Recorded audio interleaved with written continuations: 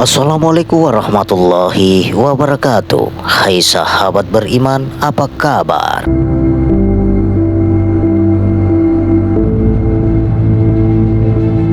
Segala puji bagi Allah yang telah memuliakan anak cucu Adam, yakni manusia, dan memilih dari jumlah manusia itu sejumlah ulama-ulama.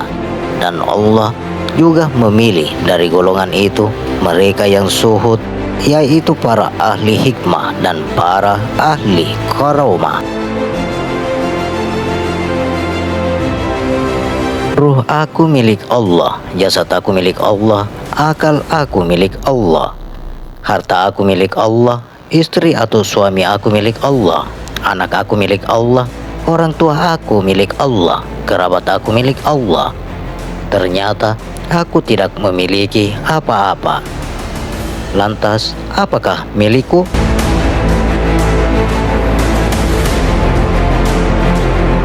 Sahabat beriman yang dirahmati oleh Allah Subhanahu wa Ta'ala, renungilah makna hakikat dari 3 alif ini, yaitu carilah aku di awal mula, pertengahan, dan di akhir tiada akhirnya. Jika ada orang yang memahami perkataan di atas, maka sepanjang hidupnya orang-orang dari golongan ilmu 3 alif ini selalu al-insafi nafsik, atau selalu menginsafi, bukan mengingat diri sebenar diri. Mulai dari darah setitik, bulu sehelai, daging seiris, tulang sebaku, kulit secabi, gerak-gerik, detak-detik, setiap saat, kapan saja, di mana saja, harus selalu al-insafi nafsik. Dengan demikian, mereka selalu kembali dan beserta Allah. Sisi bersisi dengan Allah, nafsikum birabbikum, atau dirimu beserta Tuhanmu. Perumpamaan manusia dan Tuhan itu seperti matahari dengan cahayanya. Tidak bercerai cahaya itu dengan matahari, bukan lain dari matahari, dan lagi misalnya seperti api dengan asapnya. Adapun asap itu menunjukkan adanya api, dan bukan asap itu api dan tidak lain daripada api. Tidak bercerai, tidak bersekutu. Apa yang dikatakan tidak bercerai, tidak bersekutu itu? Yang dikatakan tidak bercerai, tidak bersekutu itu seperti kodrat, artinya tidak bercerai kuasa engkau itu kuasanya Allah. Bergerak engkau itu digerakkan oleh Allah, dan ikhtiar engkau itu ikhtiarnya Allah. Artinya, tidak bersekutu, tidak sesekali-kali engkau berkuasa sertanya. Seberat sara jua pun hanya semata-mata kuasa Allah Ta'ala jua adanya. Hendaknya engkau selalu syuhud, yaitu pandang dengan pandangan hati, yaitu syuhudul wahda fil kasrah, pandang yang satu di dalam yang banyak, dan syuhudul kasrah fil wahda, pandang yang banyak di dalam yang satu. Tidak ada perkara yang lebih hampir dari diri sendiri. Jika engkau tidak kenal dirimu sendiri, bagaimana engkau hendak tahu perkara-perkara yang lain? Yang dimaksudkan dengan mengenal diri itu bukanlah mengenal bentuk lahirmu saja, seperti badan, muka, kaki, tangan, dan lain sebagainya tentang anggota itu. Karena mengenal semua perkara itu tidak akan membawa engkau mengenal Allah. Dan bukan pula mengenal perkara dalam dirimu, yaitu bila engkau lapar, engkau makan, bila dahaga, engkau minum, jika marah, engkau memberontak, dan sebagainya. Jika engkau bermaksud demikian, maka binatang itu sama juga dengan dirimu, atau dirimu itu tiada bedanya dengan binatang. Jadi, yang dimaksudkan sebenar mengenal diri itu ialah untuk mengetahui rahasia hidupnya Allah. Hendaklah engkau lebih dahulu mencari rahasia yang tersembunyi dalam dirimu, yaitu mencari hakikat diri. Namun, perlu engkau ketahui bahwa yang demikian ini merupakan sesuatu yang sulit, tetapi sangat indah untuk diteliti. Sebab ianya adalah perkara seni yang sangat mengagumkan. Itulah sebabnya, sebagai seorang mukmin, kita diperintahkan untuk mencari hakikat tersebut. sesuatu yang ada, yang hidup sebenarnya, dan yang wajib ada sehingga ahli hakikat menemaninya dengan ilmu yang ada atau disebut ilmu di balik takwir, kenyataan atau hijab atau disebut al-gaib. Sehingga seluruh umat Islam diwajibkan percaya kepada yang gaib. Sebagaimana firman Allah Subhanahu wa taala, orang mukmin adalah orang yang percaya kepada yang gaib. Adapun cara atau jalan untuk percaya kepada yang gaib adalah dengan menggunakan rasa atau syuk, bukan dengan perkataan dan bukan pula dengan penglihatan mata kepala, tetapi dengan mata hati. Sehingga untuk mengenal hakikat diri itu harus memahami akunya aku yang ada pada setiap jasad makhluk. Akulah yang menggerakkan tubuh itu sebab jasad itu merupakan hak aku. Dengan demikian, jasad itu tetap tergantung kepadaku. Datangnya engkau itu dari sumber yang satu, tidak ada sekutu bagiku. Sehingga dengan demikian, dapatlah engkau ketahui bahwa dirimu itu adalah berasal daripadaku.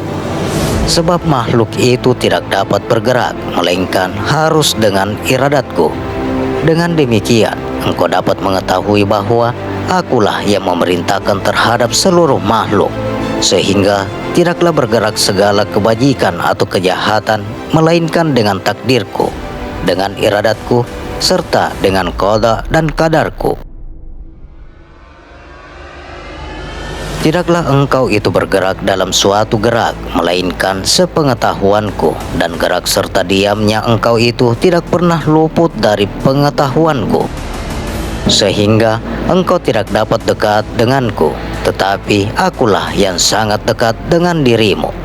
Sehingga engkau dapat mengetahui bahwa haknya aku itu sungguh dengan segala sesuatu. Aku itu tidak pernah binasa selama-lamanya, meskipun engkau sudah hancur atau binasa. Dengan demikian, dapatlah kiranya engkau memahami bahwa aku itu lebih dahulu ada daripada seluruh alam semesta ini. Dan tidak ada satupun yang dapat mengenal bentuk dan rupaku yang ada di dalam diri makhluk. Sehingga dari sinilah, semoga engkau dapat memahami bahwa aku itu harus disucikan dari ruang dan waktu, karena aku itu adalah rahasia bagi dirimu. Tidak ada yang mengetahuiku melainkan aku. Aku itu bersifat halus atau gaib. Yang dimaksud aku itu tidak nyata, tidak makan dan minum, tidak tidur, tidak beranak, tidak pula diperanakan, dan tidak mengalami kematian atau kekal selamanya. Jadi, engkau itu hanya sekedar wadah bagiku, yang akan menemani aku mengembara di suatu tempat yang nyata sebagai musafir di dunia ini. Dan keberadaan aku itu ada dalam sifatku. Sifatku itulah dirimu yang memiliki batas waktu tertentu menurut kehendakku. Aku itu tidak dapat dilihat melalui panca indera dan tidak pula dapat disentuh selama-lamanya. Dengan demikian, semoga engkau dapat mengambil pelajaran dari hal tersebut, bahwa engkau itu suci dan kembali kepadaku harus dalam keadaan suci. Untuk itu, engkau harus berusaha menyelarasikan antara dirimu dan aku yang ada pada dirimu, yaitu selalu mensucikan dirimu dan membersihkannya dari najis dan syirik, sehingga engkau benar-benar kembali kepadaku dalam keadaan suci dan bersih dari kotoran dunia. Maka engkau akan merasa tenang selama berada bersamaku. Itulah sebabnya inti daripada amal ibadah itu ada pada nafasmu yang keluar masuk semasa engkau masih hidup. Sebab nafas keluar masuk itu telah berisi amal zahir dan batin, yaitu ke bawah tiada terbatas dan ke atas tiada terhingga. Sehingga sikir nafas adalah sikir semula jadi, juga dipanggil sholatul daim, sholat yang tidak putus-putusnya.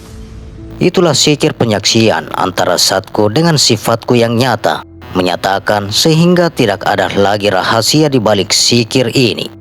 Seperti kala al-halaj, keinsananku tenggelam ke dalam ketuhananmu, tetapi tidak mungkin bercampur, sebab ketuhananmu itu senantiasa menguasai akan keinsananku.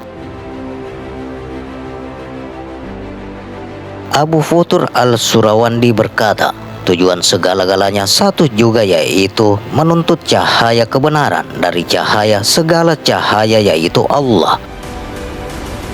Seperti kata Abu Said al-Bistami, kami telah melihat engkau, maka engkaulah itu dan aku tidak ada di sana.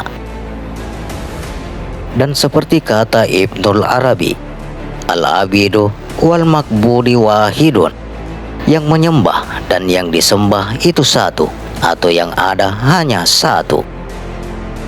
Seperti kata Al-Ghazali, wujud Tuhan meliputi akan segala wujud. Tidak ada wujud melainkan Allah dan perbuatan Allah. Dan seperti kata Hayy bin Yaksan, sebagai jalan untuk menyatakan kenyataan Tuhan, aku harus berusaha untuk memutuskan diri dari alam indrawi, serta bertekun merenung sedalam-dalamnya dengan jalan menutup atau menyumbat anggota-anggota indraku, atau melepas semua sifat-sifat keberadaan untuk mengingat Tuhan semata-mata dengan menyerahkan diri kepada abstraksi yang sedalam-dalamnya.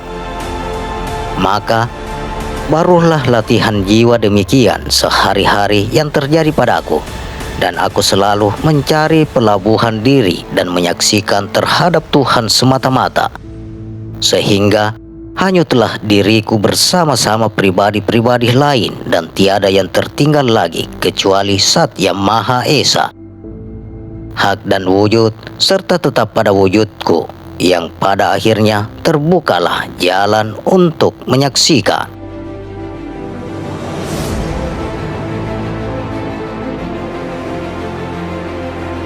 Demikian sahabat, makna hakikat dari 3 alif. Carilah aku di awal mula, pertengahan, dan di akhir tiada akhirnya. Bagaimana pendapat Anda? Silakan share pendapat menarik Anda pada kolom komentar. Semoga video ini bermanfaat dan bisa menambah keimanan dan ketakwaan kita kepada Allah Subhanahu wa Ta'ala, dan tentunya kita semakin cinta kepada Rasulullah Sallallahu Alaihi Wasallam. Terima kasih untuk sahabat-sahabatku yang telah menonton video ini. Sampai berjumpa kembali di video berikutnya. Wassalamualaikum warahmatullahi wabarakatuh.